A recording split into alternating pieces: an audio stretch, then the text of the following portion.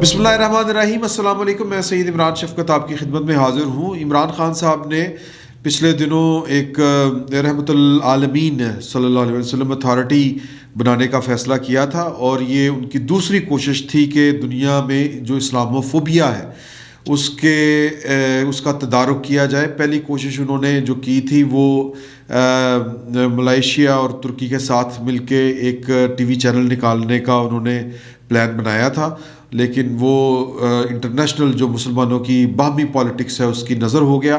میں ظاہر ہے کہ کسی کی نیت کے اوپر شک نہیں کرنا چاہیے، لیکن انہوں نے وہ کامیاب ہوتے نہ ہوتے اس کے پیچھے ان کی سوچ کیا ہے، یہ اس پر بحث ہو سکتی ہے۔ یہ ٹھیک وہ سوچ رہے ہیں کہ نہیں ٹھیک سوچ رہے، لیکن وہ اس کے اوپر کہہ لیں آپ کہ کاربند ہے کہ وہ یہ کرنا چاہ رہے ہیں، اور اس سلسلے میں پھر جب وہاں پر وہ یہ کام نہیں کر سکے تو پھر انہوں نے لوکلی ایک رحمۃ للعالمین صلی اللہ علیہ وسلم کے نام سے اتھارٹی قائم کرنے کا فیصلہ کیا، ایک آرڈیننس جاری ہوا۔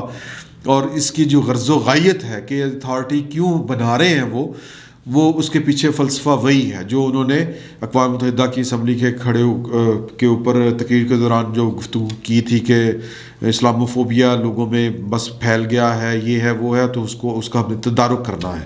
تو اسلام کی جو صحیح تصویر ہے وہ پیش کرنا چاہ رہے ہیں رحمۃ للعالمین اتھارٹی کے ذریعے۔ اب یہ رحمۃ للعالمین صلی اللہ علیہ وسلم اتھارٹی کس طرح کام کرے گی، اس کے جو کہہ لیں ٹارگٹس جو بھی ہیں، ان کے جو وزیر اعظم صاحب کا ویژن ہے کہ جو اسلام کا جو تشخص ہے، جو تاثر ہے، جو اس وقت ایک کہہ لیں کہ شدت پسندانہ اختیار کر چکا ہے کہ جہاں پر بھی مسلمان کا لفظ آئے گا تو وہاں پر وہ گٹوں سے اونچی شلوار ہوگی اور وہ داڑھی ہوگی اور ہاتھ میں بندوق ہوگی اور جناب دہشت کی علامت کوئی اس طرح کا کوئی تاثر ہوگا۔ اس کو زائل کرنا ہے۔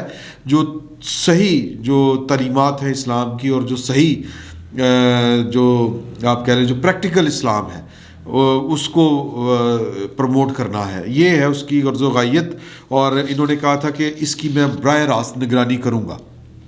تو میری اس کے اوپر جو فلاسفی ہے، میں مطلب وہ تھوڑی سی اور ہے۔ میں اگر تو مسئلہ یہ ہے کہ پاکستان میں جو پولرائزیشن اتنی زیادہ ہے کہ آپ اپنی کوئی بات کریں کہ جو آپ کو ٹھیک لگ رہا ہے، اور کسی ماڈل کی بات کریں، ماڈل میں وہ خواتین والی ماڈل کی نہیں بات کر رہا، رول ماڈل کی بات کر رہا ہوں، یا اسکول آف تھاٹ کی بات کریں، تو اس کے اوپر ہر جو فرقہ ہے، فرقہ واریت اتنی ہے کہ دوسرے فرقے والا کھڑا ہو جاتا ہے اور وہ کہتا ہے فلاں بندہ تو ٹھیک ہی نہیں، تو یہ تو ہے وہ جناب ان کا دین اسلام سے کوئی تعلق نہیں ہے۔ ہر فرقے نے دوسرے فرقے کو اسلام سے خارج کیا ہوا ہے۔ اگر آپ پڑھے لکھے ہیں، اگر آپ کو انجینئر محمد المرزا کی بات درست سمجھ آتی ہے تو آپ یا ٹھیک لگتی ہے تو آپ کو آ کے دوسرے جو طارق مسعود صاحب کے جو ہیں فینس یا ان کے جو فالورز ہیں یا ان کے اسکول آف تھاٹ کے جو لوگ ہیں، وہ آ کے آپ کو بتانا شروع کریں گے وہ پائے نا جناب اپنا دین نے ایجاد کر لیا۔ یہی حال ڈاکٹر اسرار احمد صاحب کے ساتھ تھا، یہی حال جو ہے وہ غامدی صاحب کے ساتھ کیا جاتا ہے۔ تو انجینئر محمد علی مرزا صاحب کے اوپر تو میرے خیال 2 حملے بھی ہو چکے ہیں۔ تو مطلب میں یہ کہنا چاہ رہا ہوں کہ جو چلے بہرحال ہم اس بات کو چھوڑتے ہیں، یہ پھر وہ زیادہ کنٹروورشل بات ہو جائے گی۔ تو وزیر اعظم صاحب جو ہیں وہ یہ تاثر درست کرنا چاہ رہے ہیں۔ اب یہ پتہ نہیں وہ اس میں کس طرح کامیاب ہوتے ہیں کہ نہیں ہوتے۔ مجھے یہ لگتا ہے ذاتی طور پر کہ یہ کام وزیر اعظم صاحب کا نہیں ہے، یہ پاکستان کے وزیر اعظم صاحب کا تو بالکل نہیں ہے۔ پاکستان کے وزیر اعظم صاحب کو جو چیلنج درپیش ہے، جو اصل کام ہے ان کے کرنے والے، وہ تو ان سے ہو نہیں رہے۔ اور یہ وتیرہ ہے کہ جب بھی ریاست اپنی یا ریاستی ادارے یا جو گورنمنٹ ہوتی ہے وہ اپنا بنیادی کام کرنے میں ناکام ہوتی ہے تو پھر وہ دوسری طرف جو ہے وہ ٹرک کی بتی کے پیچھے لوگوں کو لگا دیتی ہے۔ اگر آپ پاکستان کی قوم کو پراپر سرو کر جائیں، ان کے جو بنیادی مسائل ہیں وہ ہیلتھ، تعلیم اور گورننس کے جو مسائل ہیں ان کو ٹھیک کر لیں، اور جو ہماری اکانومی کا بیڑا غرق ہوا ہے لوگوں کو کسی کام کاج کے اوپر لگا دیں۔ آپ انفارمیشن وہ کیا کہتے ہیں جی ٹیکنالوجی، آپ ٹیکنالوجی میں تھوڑا سا ہاتھ سیدھا کروا دیں اس قوم کا، علم و ہنر میں آگے لے جائیں تو پھر یہ چیزیں باقی جو ہے یہ اس کی بائی پروڈکٹ ہوتی ہیں. آپ کے کردار بھی ٹھیک ہونا شروع ہو جاتے ہیں. تہذیب وہ کیا کہتے ہیں, بھوک تہذیب کے سانچوں میں نہیں ڈل سکتی. نبی کریم صلی اللہ علیہ وآلہ وسلم نے فرمایا تھا کہ دین کو افلاس سے بچاؤ, اور یعنی دین مطلب لوگوں کے ایمان کو روٹی کھا جاتی ہے یار. یہ ہمارے وزیر اعظم صاحب کو سمجھ نہیں آ رہی. ہم اس سے ہٹ کے بات کرتے ہیں کہ وزیر اعظم صاحب نے کہا تھا کہ میں اس کی براہ راست نگرانی کروں گا. پاکستان میں ریاست نے جو کام کرنا شروع کیا ہے ایجنڈے کے طور پر, لوگوں میں وہ اتنا ہی غیر معروف ہوا. میں اس کی مثال دوں گا آپ کو کہ ضیاء الحق صاحب نے اسلام نافذ کرنا چاہا تھا, اور وہ اتنے وکری ٹائپ کے اسلام پیدا کر دیے انہوں نے, مطلب پراکسی وارز کے ذریعے. پھر ہسٹری میں ہم کو جانا پڑے گا کہ لوگ جو ہیں وہ توبہ کرنا شروع ہو گئے کہ یار ہمیں ضیاء الحق صاحب آپ ہماری جان چھوڑیں, ہم اسلام آپ ہی نافذ کر لیں گے. پرویز مشرف صاحب ایجنڈا کیا تھا کہ میں نے کرپشن ختم کرنی ہے, میں احتساب کروں گا. تو لوگ جو ہیں وہ پاکستان میں احتساب مذاق بن چکا ہوا ہے. یہی ہے نا جی, مطلب وہ احتساب جسٹس احتساب وہ جو ہے جاوید اقبال صاحب, کیا انہوں نے احتساب کرنا ہے, مطلب باقاعدہ ایک مذاق بن چکا ہوا ہے کہ جس کو آپ نے احتساب کے نام کے اوپر, یعنی آپ نے ایجنڈا سیٹ کیے ہوتے ہیں کہ اچھا اس کے گلے میں گاٹا فٹ کرنا ہے تو اس کے اوپر جو ہے وہ احتساب والا جو توق ڈال دیں کہ جی ہم اس کا احتساب کرنے لگے ہیں, تو پوائنٹ اپنے اپنے سکور کرنے ہوتے ہیں. تو اسی طرح اب عمران خان صاحب جو ہے وہ مجھے لگتا ہے اسلام سے متنفر کروانا چاہ رہے ہیں قوم کو. میری جو یہ بات ہے, ظاہر ہے کہ یہ اس میں اتنی آپ کو یہ اپیل اس لیے نہیں کرے گی کیونکہ نعرہ بڑا زبردست ہے, یا ان کی وہ جو ہے نا مطلب جو وہ کہنا چاہ رہے ہیں کہ جی کہ اسلاموفوبیا, نعرہ بڑا زبردست ہے. پریکٹیکلی یہ بات ممکن نہیں ہے, اس طرح یہ ہو نہیں سکتا. بہرحال اس کے اوپر آپ مرضی کے مالک ہیں. میں اس کی آپ کو مثال دوں گا کہ انہوں نے جو اس کا چیئرمین لگایا ہے اعجاز اکرم صاحب کو, وہ بذات خود رحمت للعالمین اتھارٹی کے ساتھ مذاق ہے, نعوذ باللہ من ذالک, جو کہ بڑا سینسٹیو معاملہ ہے. میں اس لیے یہ والی بات کر رہا ہوں. کون ہے اعجاز, ڈاکٹر اعجاز اکرم صاحب, یہ لفظ میں پڑھاتے ہیں, لیکن مزے کی بات یہ ہے کہ یہ فارغ التحصیل ہیں کیتھولک یونیورسٹی واشنگٹن سے, پی ایچ ڈی انہوں نے وہاں سے کی ہوئی ہے.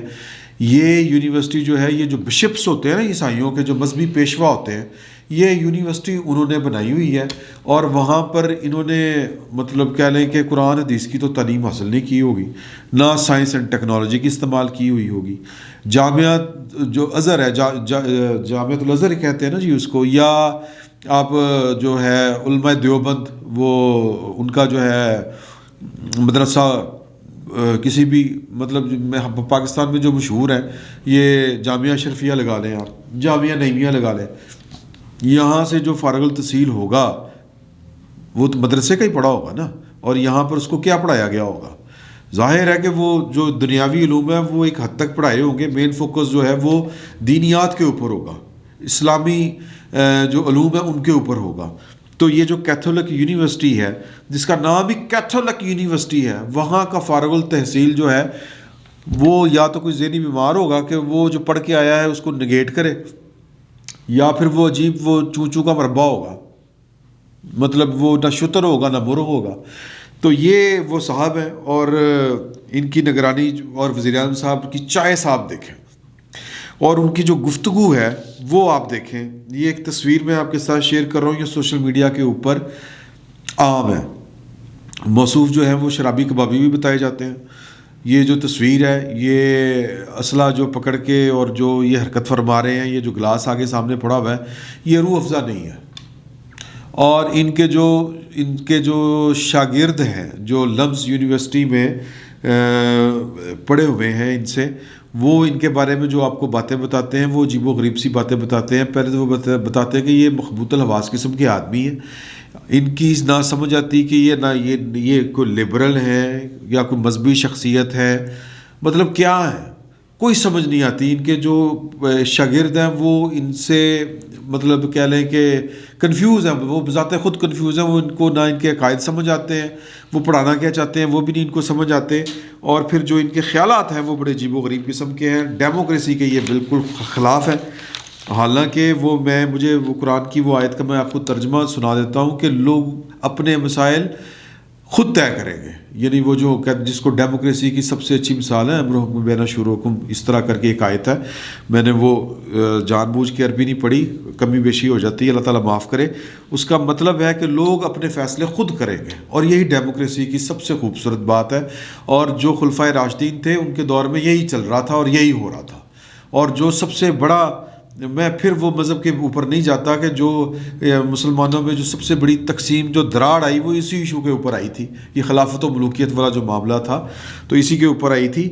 تو یہ بھائی جان جو ہے یہ ڈیموکریسی اور ڈیموکریٹ سسٹم کے خلاف ہیں. انہوں نے کوئی آرٹیکل بھی لکھے ہیں، وہ اس وقت شیئر ہو رہے ہیں لوگوں کے درمیان. تو کہنے کا مطلب یہ ہے کہ یہ کہہ رہے ہیں کہ جی کہ فوج جو ہے وہ کراچی کا گند جو ہے وہ صاف کرنے کی بجائے دوسرا گند صاف کرے. مطلب یہ ترغیب دے رہے ہیں کہ فوج بندوق اٹھائے اور کوئی انقلاب برپا کرے اور لوگوں کو مار دے. اس طرح کی یہ پریچنگ کرتے ہیں. اور عمران خان صاحب جو ہیں، جن کے بارے میں ڈاکٹر اسرار احمد صاحب ہوں، حکیم سعید صاحب ہوں، اور پھر جن کے سسرال جو ہیں وہ اہل یہود سے تعلق رکھتے ہوں، میں بڑی معذرت کے ساتھ یہ میرا حوصلہ نہیں پڑتا یہ بھی بات کرتے ہوئے، لیکن عمران خان صاحب کی جو یہ حرکتیں ہیں کہ جو جان بوجھ کے کسی چیز کو پاکستان کا بیڑا غرق جس طرح سمجھتے بیڑا غرق کر رہے ہیں، جس طرح ریاست مدینہ کا نام لے کے ایک میں ظلم کی ریاست قائم کر رہے ہیں. اور یہ ظلم کی ریاست اور کیا ہوتی ہے؟ ظلم کی ریاست یہی ہوتی ہے نا کہ آپ کو روٹی ٹکر نہ ملے کہیں پہ، آپ کو انصاف نہ ملے کہیں پہ، آپ کے بچے مارے جائیں اور آپ کو انصاف نہ ملے. اور ریاست کا سربراہ جو ہے یا حکومت کا سربراہ جو ہے، مجھے سائیوال والا ثانیہ یاد آتا، وہ جناب کھڑا ہو کے کہے کہ جناب میں آپ کو انصاف دلاؤں گا، اور انصاف کی بجائے وہ جناب ریاست جو ہے وہ مجرموں کا ساتھ دے رہی ہو، تو پھر کفر کی ریاست ہی ہو سکتی ہے، ظلم کی ریاست ہی ہو سکتی ہے، یہ ریاست مدینہ نہیں ہو سکتی. تو اسی طرح جس طرح ریاست مدینہ کو عمران خان صاحب نے مذاق بنا دیا ہے، مجھے ڈر یہ لگ رہا ہے کہ یہ رحمت للعالمین اتھارٹی کے نام کے اوپر بھی پتہ نہیں کون سا گھنونا کھیل رہے ہیں. یہ جو اعجاز اکرم صاحب، ڈاکٹر اعجاز اکرم صاحب، ان کے خیالات جو اس وقت لوگ جو ترجمہ کر کے ان کے جو آرٹیکلز ہیں وہ چلا رہے ہیں اور چھاپ رہے ہیں، وہ پڑھے تو بندہ کانوں کو ہاتھ لگا لیتا ہے.